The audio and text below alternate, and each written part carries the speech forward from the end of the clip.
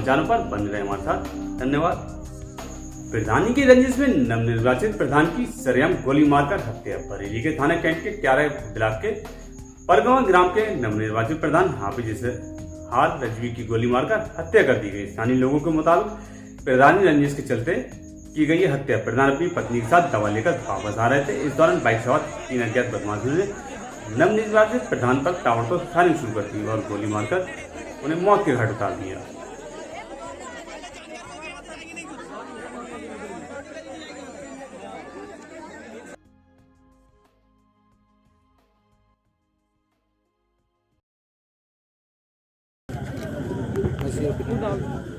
थाना कैंट के अंतर्गत ग्राम परगावा के नवनिर्वाचित प्रधान जो 32 वर्ष के हैं मोहम्मद इशाक, आज शाम को वादी के द्वारा बताया गया है कि 4 लोगों के द्वारा इनकी गोली मारकर हत्या कर दी गई है। पुलिस के द्वारा लोगों को गिरफ्तार करने के लिए टीम लगा दी गई है। 4 लोगों में से एक व्यक्ति को गिरफ्तार कर लिया गया है, मोहर सिंह को, और अन्य अभियुक्तों की गिरफ्तारी के लिए प्रयास चल रहा है। मृतक के शरीर को पोस्टमार्टम के लिए भेजा जा रहा है और इसमें जो भी कड़ी से कड़ी दावत में गए किसान की कुल्हाड़ी से काटकर की गई हत्या। परिवार वालों की तहरीर पर हत्या का मुकदमा दर्ज। एक आरोपी को पुलिस ने किया गिरफ्तार, जबकि अन्य आरोपी की तलाश जारी। दरअसल बरेली के थाना शेरगढ़ क्षेत्र के ग्राम मोहम्मदपुर में मृतक सुरेंद्र के गांव के रहने वाले सुखदेव रवि संजीव आदि से जमीन को लेकर विवाद चल रहा था, जिसमें कई बार दोनों पक्षों में विवाद भी हो चुका था। बीती रात मृतक सुरेंद्र एक समारोह में दावत में गए थे। वापस लौटते समय उन पर किसी ने कुल्हाड़ी से हमला कर दिया। वह गंभीर रूप से घायल हो गए। इलाज को ले जाते समय रास्ते में ही उनकी मौत हो गई। इस बारे में जानकारी देते हुए परिजनों ने। क्या नाम है आपका? मेरा जसपाल। मृतक के कौन हो आप? मृतक के मेरे चाचा थे मृतक। अच्छा, क्या मामला था, पूरी बात बताओ, कैसे क्या हुआ? मामला था, सुखदेव वकील ने हमारी ज़मीन को 420 से अपने नाम कर लिया और बाकी की ज़मीन पर अवैध कब्जा कर लिया था, जिसकी कार्रवाई हमने 400 प्रार्थना पत्र दे करके दी। थाने से लेकर हमने राष्ट्रपति प्रधानमंत्री तक हमने प्रार्थना पत्र दिए, 400 प्रार्थना पत्र दिए। उसके बाद हमारी अभी तक कोई सुनवाई नहीं हुई। हमने जिसकी बार में एडवोकेट है, इसकी बार में हमने शिकायत की, उसकी भी कोई सुनवाई नहीं हुई। कुछ दिन 3 दिन पहले हम पे एक फर्जी मुकदमा बनवाने की कोशिश की जा रही है थाना शेरगढ़ से। बार बार हम पे दबाव बना रहा था कि मेडिकल करा रहा है, वो करा रहा है। बार बार हम सब रिपोर्टर से भी बात कर रहे थे, मगर हमारी कोई सुनवाई नहीं हो रही थी। अच्छा, अब क्या हुआ वहाँ पर? हमारे चाचा गांव में एक दावत खाने गए थे, अकेले गए थे।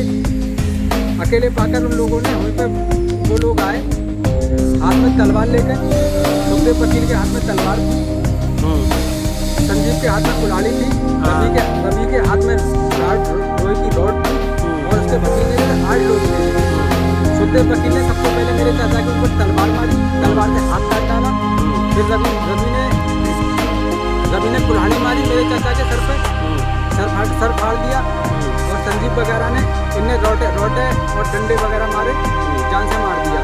जब कुल मिलाकर 8 लोगों ने मेरे चाचा की हत्या की है। अच्छा, आपने तहरीर दे दी? तहरीर दे दी मैंने। नामजद तहरीर दी है? नामजद तहरीर दी है। पुलिस ने क्या कार्रवाई करी उस पर? पुलिस ने 302 के तहत उस पर FIR दर्ज की है। FIR दर्ज हो गई? अभी तक एक अभियुक्त की गिरफ्तारी हुई है, बाकी की नहीं हुई है। बाकी फरार हैं? इसमें अभियुक्त हैं एडवोकेट सुखदेव, रवि, संजीव, वेद प्रकाश, मुनिंदर, जितेंद्र, धर्मेंद्र, द्वारका। कल दिनांक 19 मार्च 2021 की रात्रि में श्री जसपाल पुत्र भानु प्रताप निवासी मोहम्मदपुर ने थाना शेरगढ़ पर एक प्रथम सूचना अंकित कराई है कि उनके चाचा श्री सुरेंद्र पाल जब गांव की शादी के एक मंडप से खाना खाकर लौट रहे थे तो रास्ते में सुखदेव आदि 8 लोगों ने जमीनी विवाद में धारदार हथियारों से उनकी हत्या कर दी। अस्पताल ले जाते समय रास्ते में ही उनकी मृत्यु हो गई। इस सूचना पर थाना शेरगढ़ में 147, 148, 149, 302 IPC का मुकदमा पंजीकृत 8 लोगों के विरुद्ध किया गया है, जिसमें एक नामजद अभियुक्त पुलिस हिरासत में लिया गया है और उससे पूछताछ की जा रही है। शेष नामजद अभियुक्त गणों की गिरफ्तारी के लिए पुलिस की टीमें बनाई गई हैं। मृतक का पंचायतनामा के उपरांत पोस्टमार्टम के लिए भेजा गया है तथा गांव में पुलिस का व्यवस्थापन शांति व्यवस्था के लिहाज से किया गया है। Thank you. नाबालिग लड़की का अपहरण कर लिया गया दबंग। पैनी नरेश संस्थान उठाए पुलिस की कार्यप्रणाली पर सवाल। मामला बरेली के थाना नवाबगंज ग्राम का है। नाबालिग लड़की को नाबालिग लड़की को बताने घर 12 नंबर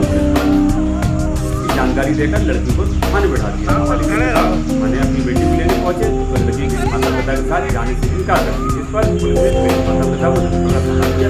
पुलिस ने नाबालिग लड़की को उन्हीं दबंगों के साथ भेज दिया है। इसको लेकर कई नजर थाने सवाल उठाए हैं। इस बारे में जानकारी देते हुए कई नजर पदाधिकारी हम जानना चाहेंगे, आज जो पीड़ित परिवार आपके पास बैठा है, आपके पास आया था, क्या मामला है?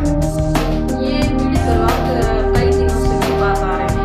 उनकी बेटी, जैसा कि उन्होंने बताया है कि उनकी बेटी को लड़के नाम फुसला के ले गए, जिसको नाम नहीं बताएंगे उन्होंने, लड़की नाम पर। तो लड़की है नाबालिग, और इसमें मैं इंस्पेक्टर साहब से भी मिली थी और उनको बताया भी था। तो मैंने कहा था एक बार मुझे बातचीत कराने का मौका दीजिए, हो सकता है कि बातचीत करने से कोई सलूशन निकल जाए और लड़की अपने माता पिता के घर चली जाए, कोई दिक्कत नहीं है। उसके बाद अगर वो वहीं शादी करना चाहती है तो शादी भी कर देंगे, तो जो कार्य सम्मानपूर्ण ढंग से निपट जाएगा। तो इंस्पेक्टर साहब राजी हो गए थे और उन्होंने हमें लड़की और लड़कों को बुलवा लिया था। उन्होंने ही बुलवाया था, यानी कि उन्हें जानकारी थी कि वो कहाँ रह रहे हैं। तो उन्होंने बुलवा के और हमारी बातचीत करवाई। तो बातचीत करने के दौरान काफ़ी समझाने का कार्य किया। तो लड़की जो थी वो लड़कों के ही पक्ष में बोल रही थी और वो काफ़ी ऐसा लग रहा था कि उन लड़कों ने माता पिता के खिलाफ लड़की को काफ़ी भड़का रखा, सिखा पड़ा रखा है कि तुम्हारी जान को खतरा है, माता पिता जो है वो तुम्हें मार डालेंगे। क्या उम्र है लड़की की? जी, लड़की की क्या उम्र है? लड़की की उम्र नाबालिग है। इन्होंने मुझे हाई स्कूल का उसका सर्टिफिकेट दिखाया है, जो अभी 1.5 महीने उसके बाकी है बालिग होने में। और जब से ये ले गई है तब से 2 महीने बालिग होने में थे और 15 दिन अब ये इस तरह से प्रक्रिया में पुलिस ने निकाल दिए हैं। तो उसके बाद जो है बातचीत करने के दौरान लड़की जब लड़कों से हमने कहा ये तो भाई तुम लोग इसको सिखा पढ़ा के इतना लाए हो कि ये तो माता पिता के खिलाफ ही हो गई है, तो ये तो तुम्हारी भाषा बोल रही है, तो तुम ही समझा सकते हो कि ये अपने घर जाए। तो उन्होंने दिखावे के लिए मेरे सामने कह दिया था कि जाओ इनके साथ ही जाओ, जैसा मैम कह रही है वैसा करो। तो लेकिन उसके बाद भी वो अलग से उन्होंने क्या समझाया मुझे नहीं पता है, और वो लड़की ने मना कर दिया इनके साथ जाने। वो लड़के, जबकि मैंने लड़के से ये भी कहा कि बेटा तुम गलती कर रहे हो, लड़की नाबालिग है, तुम कैसे ले जा सकते हो इसको, और ये गलत है कानून है। पीलीभीत जनपद के थाना क्षेत्र बिलसेंटा में जमकर लॉकडाउन की धमकी उड़ाई जा रही है। गाजे माजे के साथ सैकड़ों की संख्या में बाराती बिना मास्क सोशल डिस्टेंसिंग की धमकी उड़ाते हुए जमकर ठुमके लगा रहे हैं। आरोपियों को न तो पुलिस प्रशासन का खौफ है, न ही कोरोना का डर है। महामारी से अभी तक कस्बे में 2 दर्जन से ज्यादा मौतें हो चुकी है। ये और प्रशासन बिना मास्क के आए दिन लोगों का चयन कर रही है। वहीं दूसरी ओर आने वाले संख्या में बारातियों को अवैधान देश के हालात है। जिला प्रशासन कोरोना गाइडलाइन का पालन पूरी तरह से कराने में नाकाम साबित है, जबकि कोरोना महामारी को लेकर नगर पंचायत प्रशासन द्वारा आए दिन अलर्ट भी जारी किया जा रहा है। बिना मास्क के घर से न निकले, सोशल डिस्टेंसिंग का पालन करें। अगर कोई संक्रमण फैलता है उसके साथ जिम्मेदार उच्च अधिकारी की लापरवाही। जिला प्रशासन कार्रवाई करने की बजाय बैठा हुआ है।